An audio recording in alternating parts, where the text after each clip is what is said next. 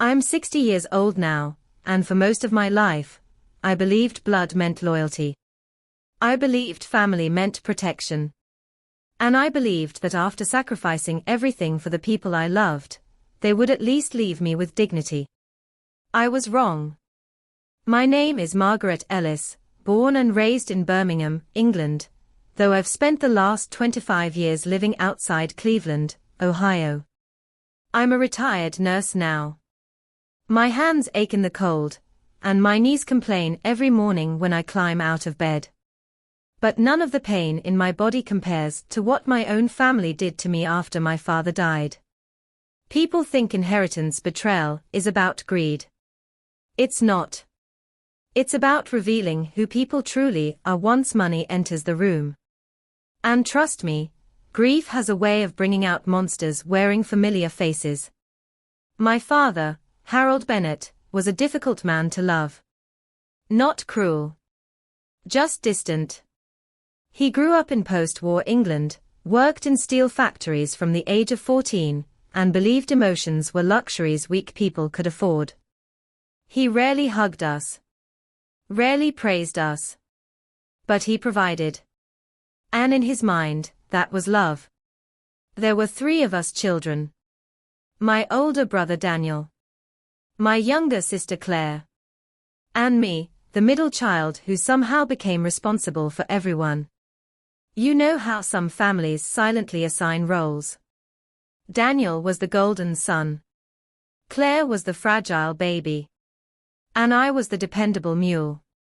If something needed fixing, I fixed it. If Mum was sick, I cared for her. If Dad needed someone to drive him to appointments, it was me. When our mother developed dementia in her 70s, I practically became her full-time carer while still working 12-hour nursing shifts. Daniel visited twice a year and acted like he deserved medals for showing up. Claire lived 40 minutes away, but always had excuses. The children have football. David's working late. I'm emotionally overwhelmed. Meanwhile, I was bathing our mother, cleaning her accidents, feeding her soup 1 spoonful at a time while she slowly forgot my name. But that's family, right? That's what I told myself. When Mum died, Dad changed. The hardness in him softened slightly. Not enough to become warm, but enough to become human. For the first time in my life, he started calling me just to talk. Sometimes he'd ring me and spend 20 minutes discussing weather forecasts. Other times he'd tell me stories from his childhood I'd never heard before. I think loneliness cracked him open. And because I was the one consistently there, we grew close. Closer than either of my siblings liked. I didn't notice it at first. But looking back now, the resentment had already begun. One Christmas, about 6 years before Dad died, we were all gathered at his house in Wolverhampton. Daniel had flown in from London with his expensive wife, Susan, who wore designer clothes even to family dinners. Claire came with her husband and 2 teenagers, who barely looked up from their phones. After dinner, Dad suddenly said, "Margaret's done more for this family than anyone." The room went quiet. I remember Claire forcing a smile so tight it looked painful. Daniel laughed awkwardly and said, "Well, Maggie's always liked playing the martyr." That word hit me harder than I expected. Martyr. As though caring for our parents had been some manipulative performance. Dad didn't laugh. He looked directly at Daniel and said, "No. She stayed when everyone else disappeared." You could feel the temperature in the room change. Nobody argued. But from that night onward, something shifted. I became the enemy. 2 years later, Dad's health began failing rapidly. Congestive heart failure. Diabetes complications. Falls. Memory lapses. At 86, he could no longer safely live alone. And guess who moved him into her home? Me? Not Daniel with his investment properties. Not Claire with her deep emotional sensitivity. Me? I converted my downstairs office into a bedroom for Dad. I installed rails in the bathroom. Bought medication organizers. Took him to appointments 3 times a week. I cooked low-sodium meals he complained about constantly. I cleaned up after accidents he pretended hadn't happened. And despite everything, there were moments of tenderness. One night, around 2 a.m., I found him awake in his chair. He looked smaller than I'd ever seen him. He said quietly, "I wasn't a very good father." I nearly cried on the spot. Because my father never apologized. Ever. I sat beside him, held his frail hand and said, "You did the best you knew how." He nodded slowly. Then he said something that would later destroy my family. "I've changed the will." At the time, I didn't think much of it. He explained that he wanted things fair. I assumed he meant equal. I told him he didn't need to discuss it with me. But he insisted. He said, "You gave up years of your life for us. You deserve the house." I immediately protested. "No, Dad. Don't do that." And I meant it. Because I knew exactly how Daniel and Claire would react. Dad became stubborn. The others have their own homes. Their own money. You sacrificed your career caring for us. I argued for nearly an hour. But once my father made a decision, it was carved in stone. Eventually, I stopped fighting him. Maybe part of me believed my siblings would understand. After all, they had seen everything I'd done. Surely, they wouldn't resent me for receiving the house I practically maintained for years. I underestimated greed. Dad passed away on a rainy Thursday morning in November. I was holding his hand when he took his last breath. And despite everything complicated between us, I loved him. The grief hit me like a collapsing building. But I barely had time to process it, because within 48 hours, Daniel started asking questions about the estate. Not, "How are you holding up?" Not, "Do you need help arranging the funeral?" No. "How much was Dad worth?" That was the first thing he asked me. I remember staring at him over the kitchen counter, thinking surely I'd misheard. But Claire joined in. "We just want transparency." Transparency. Such a polite word for suspicion. The reading of the will happened 2 weeks later in a solicitor's office. Small room.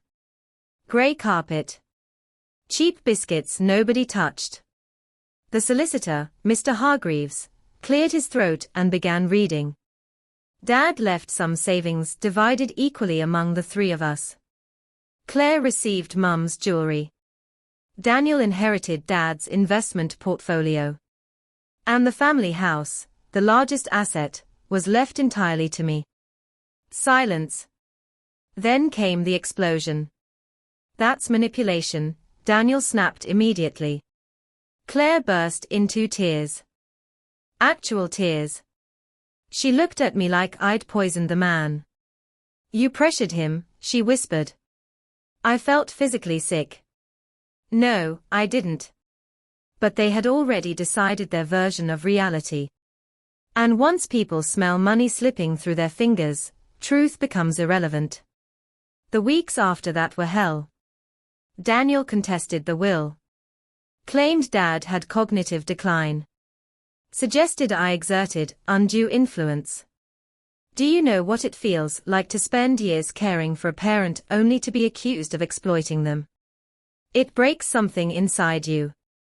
Suddenly, every sacrifice became suspicious. Every act of love became evidence. Daniel hired lawyers. Claire stopped speaking to me entirely. Even extended relatives began acting strangely. An aunt I hadn't heard from in years called me selfish. Cousins whispered at the funeral reception.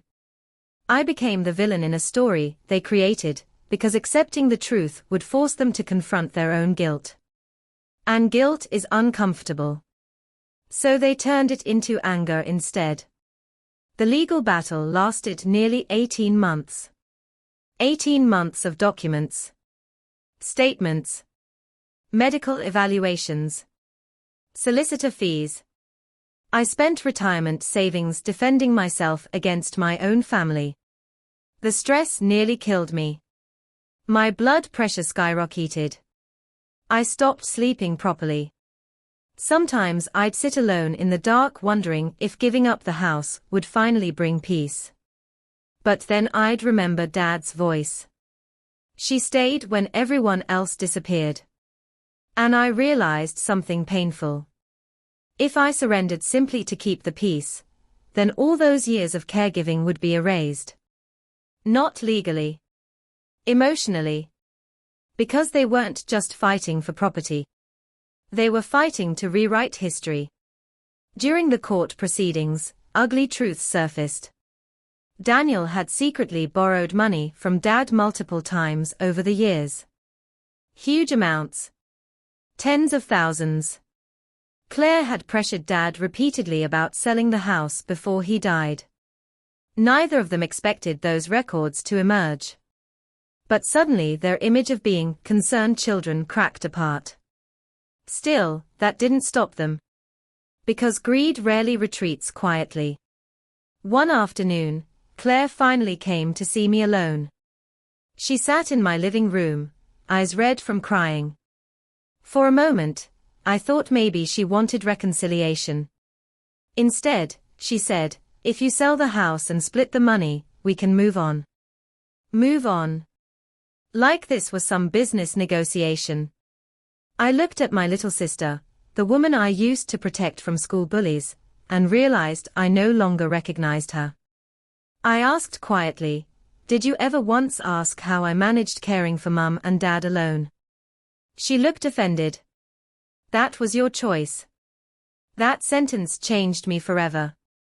Because sacrifice only counts when people benefit from it comfortably. The moment compensation enters the picture, suddenly it was your choice.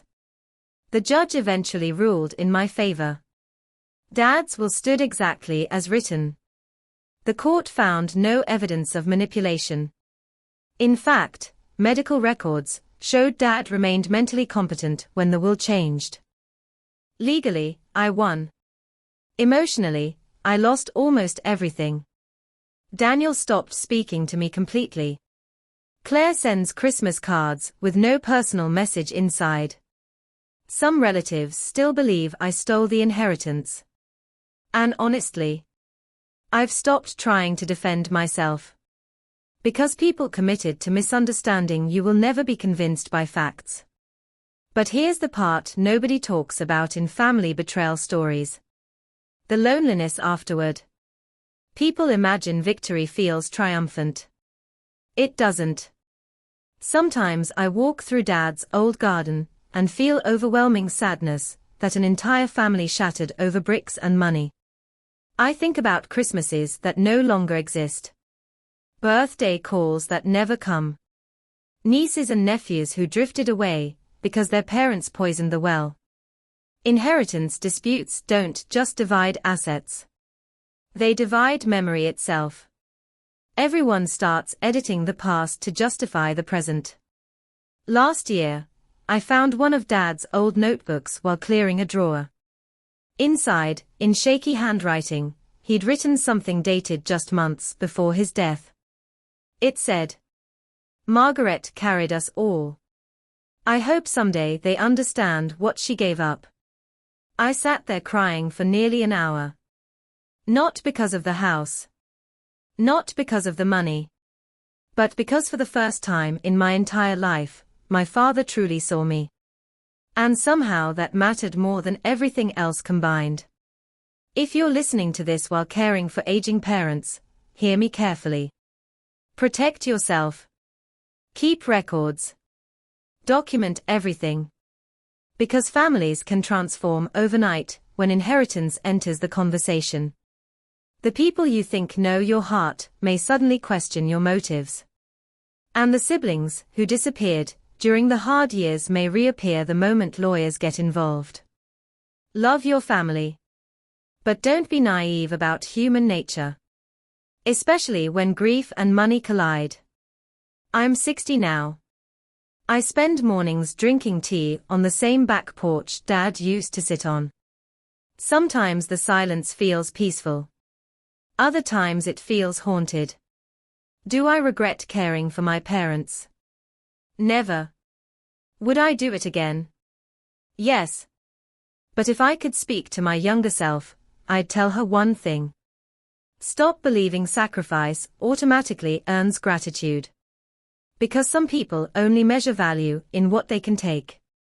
And when they realize they can't take any more from you, that's when they call you selfish.